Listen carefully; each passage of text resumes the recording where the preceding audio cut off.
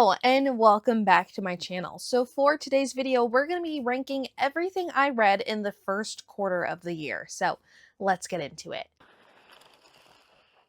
So for Q1, I read a total of 20 books, and they were a mixture of physical books, audiobooks, and ebooks.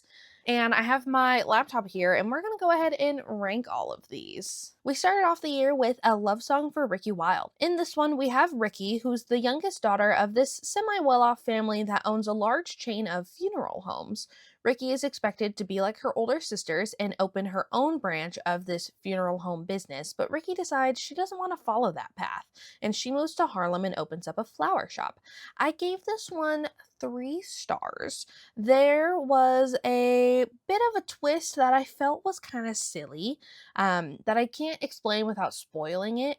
But I listened to this one on Audible and I really enjoyed the narrators. Next, we had Swift and Saddled. This is the second book in the Done and Dusted series, and in this one, we're following Wes, who is the middle of the Ryder children, and he is working with an interior designer from California to renovate one of the ranch's old buildings to make it into a guest house. I gave this one 4 stars. It was a nice, fun, easy read, but it was missing that little extra something to make it a 5-star. After that, I read King of Sloth, which is the 4th book in the King of Sin series by Anna Huang, and this actually ended up being my favorite of this series thus far. This book is about Sloane, who's a publicist, and her most challenging client. I flew through this one. I gave it 5 stars. Such a good book. You'll notice a lot of the books that I read for this quarter was books for my Ranking the 2024 Goodreads nominee series that I did. So a little bit of repetition, so I'm trying to keep it a little short. If you guys haven't seen those, I'll link that playlist in the description below. So following King of Sloth, I read The Pairing, which in this one, we're following 2 childhood best friends turned lovers, and they are both big foodies. They saved up money to go on this food and wine tour that's going to take them all over Europe, and they're super excited to go, except on the plane ride there, they broke up. And the tickets for the tour, they weren't refundable, but they were able to get a voucher to go at another time.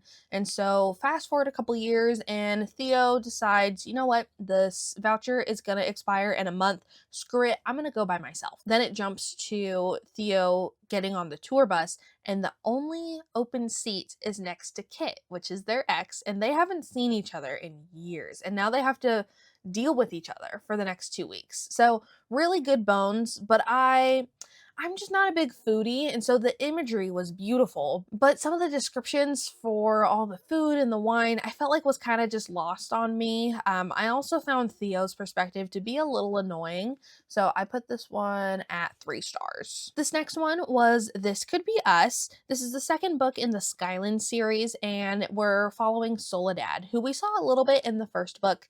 She's kind of having some problems in her marriage. Her husband is getting meaner and more distant, and then something happens that she never could have expected, and suddenly Soledad is having to care for herself and her daughters by herself for the first time in years after being a stay-at-home mom. I enjoyed the first half of this book. It was really about finding yourself and all of that, and then Soledad, she meets this man who makes her feel things she's never felt before, and I kind of felt like she was leading him on. I would have liked to have seen more of Judah and get to know him better, and see more of the logistical side with their children. And so for that, I gave this one 3 stars. Next up was Bride by Ali Hazelwood, and I was hesitant going into this one. I'm not someone who really likes paranormal romances.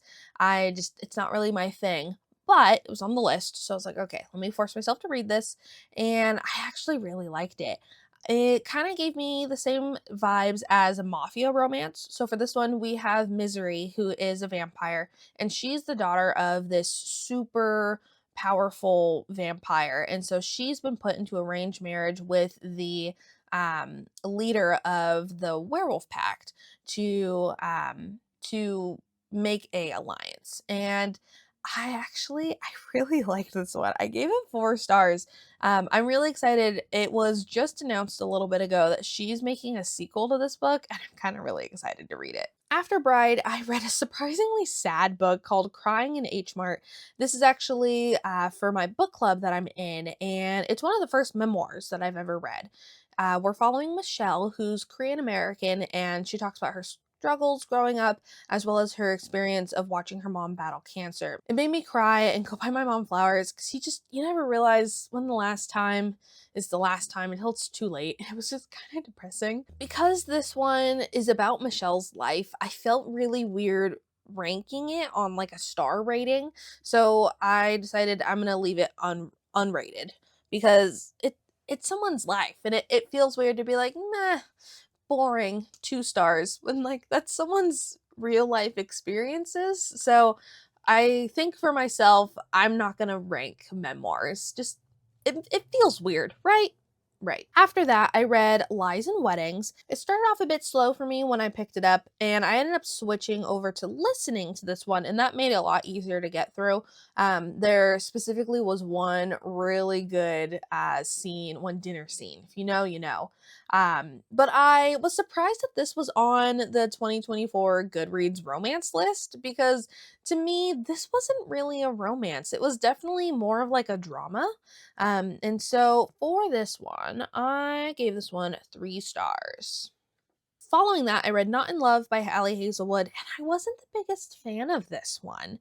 We're following Rue, who she's a food scientist, and the company that she works for is getting taken over by this other company for financial reasons. Except a little bit of spice, Rue met one of the owners that's taking over the company the night before this was all announced, and neither of them knew who the other was. This one just was a bit off for me. It had good bones, but it felt a little flat. I didn't really feel any chemistry between Rue and Eli, and I didn't really get why they were meant to be together. So I gave this one 2 stars. Up next was Wild Love.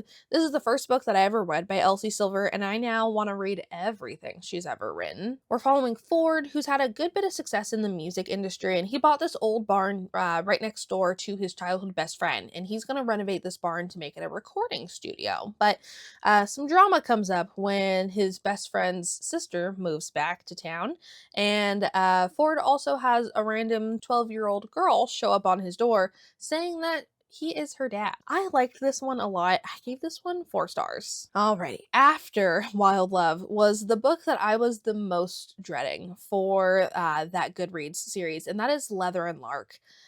This is the second book to Butcher and Blackbird, and I just really didn't I don't like this series. And you know what? That's okay. Not every series, not every book is for everybody. And this is a series that is just not for me.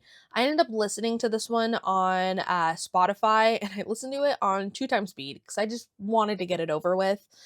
This one, it wasn't as gory as the first one, which made it a little bit easier for me. And even with like one of my favorite tropes, like a fake marriage, it still was just 1 star. I really don't like that series. The next book I read was How to End a Love Story, where we have Helen, who is a writer, and her young adult series has gotten super popular. It's actually being turned into a TV series. And so Helen, she moves to LA, and she is a part of the writing room working on the script for the show. The only problem is Grant Shepard is there, which is someone that she knows from back home. They went to high school together, and they have incredibly bad blood, and kind of for good reason. But for this one, eh, I just I struggled to see why the two of them like needed to be together, and like the kind of conflict at the end I didn't really enjoy either. This was really impressive for a debut novel. So I put it at 3 stars. After that was Play Along. I really enjoyed this one. This is the 4th book in the Windy City series, and this one is a baseball romance, and I think this one is my favorite book of the series thus far. It has fake marriage trope, which I will never get tired of, especially when the male main character falls first. I gave this one 4 stars. Up next was an interesting one, The Love of My Afterlife. And again, I'm not the biggest fan of paranormal things, but I was pleasantly surprised by Bride, so I was trying to go into this one kind of open-minded. So in this one, we're following Delphi, and at the start of the book, she's actively choking to death, and then she wakes up in this room being told that she's died. But then another man shows up, and she has a connection with him unlike anyone else that she's ever had a connection with before. And but then someone runs up and says, wait, that man's not dead. He's not supposed to be here, and he's sent back to Earth. Delphi is desperate to get back to him, and she is able to make a deal. She has 10 days to find this man, get him to kiss her, and then she can continue living her life with him. If not, she has to move on to the afterlife. This one was kind of nuts. The secondhand embarrassment was so strong at times. I had to pause the book and just take a break.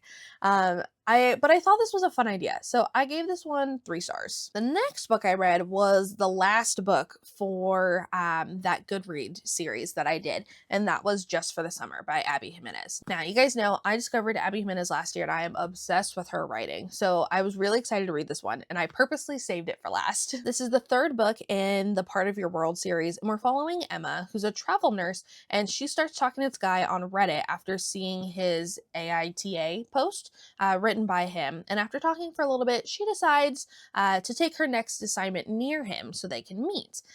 Things get more complicated when Emma's mom shows up and they don't have a good relationship. And then Justin has some complicated family things happening as well, but they have this really strong connection. And I felt a little silly because I didn't notice the connections to the first book until it was like literally right in front of my face.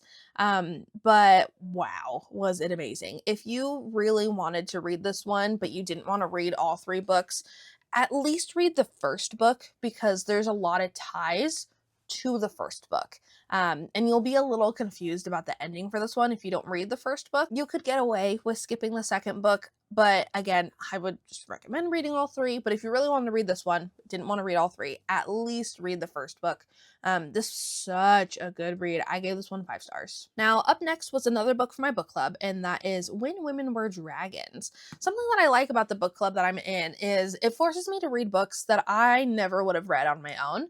I'd never even heard of this book. This one was actually a nominee for the Goodreads Reader Favorite Fantasy back in 2022, so that was kind of cool. In this one, it's set in the 50s, and for some reason, people have no idea why, women are randomly transforming into dragons, and it's a very taboo thing. You're not supposed to talk about it. There's a lot of like stigma around it, and it was interesting. I ended up giving this one 3 stars. Following that, I read Not What She Seems, and when I was making my notes for this video, I was struggling with how to talk about this without spoiling it, so I'm just going to read a little tidbit here from the back. She left home as the local pariah at 22, but when a family tragedy brings her back, she must confront her tortured past and a new danger in town that no one seems to understand but her. This one was interesting. I listened to it on Audible and I gave it 3 stars. After that, I read a book that I was given for Christmas last year, The Personal Librarian. This one is about the woman who was the personal librarian and honestly kind of curator for JP Morgan and his collection of art and rare books and artifacts. And on top of that pressure, Belle is secretly a Black woman who's passing for white, and she has to keep that secret at all costs. This one, it was good. I gave this one 3 stars. After that, I read The Rose Code. This was a dual timeline of during and after World War II, and you're following this secret military entity that was decrypting the Enigma machine, which is this encoding machine that the Germans were using during the war. This was a fascinating read, also very sad, and it was also super long. Like over 600 pages. I gave this one 4 stars. It was almost 5 stars. I felt like some of it could have been trimmed down a little bit. It would have made the book more approachable, and I think then it would have been a 5-star read for me, but really good book. And our final book that I read for Q1 was Beg, Borrow, or Steal by Sarah Adams. This one was so good. You guys know I love Sarah Adams. This is the 3rd book in the When in Rome series, and you could get away with just reading this one if you want, but the supporting characters will have a lot more meaning if you read the first 2 books first. So in this one, we have rivals to lovers, and it's 2 elementary school teachers who are also now neighbors. The banter was absolutely amazing. I love small town romances, which is kind of funny because I would hate to live in a small town like this.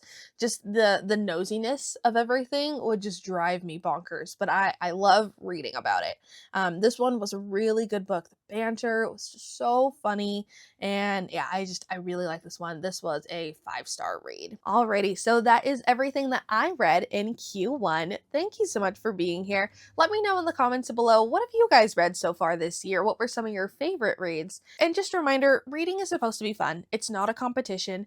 And if you found that in this last quarter, if you only read 10 books, one book, one page, that's completely okay. So thank you guys so much for being here, and I'll see you guys next Sunday. Bye.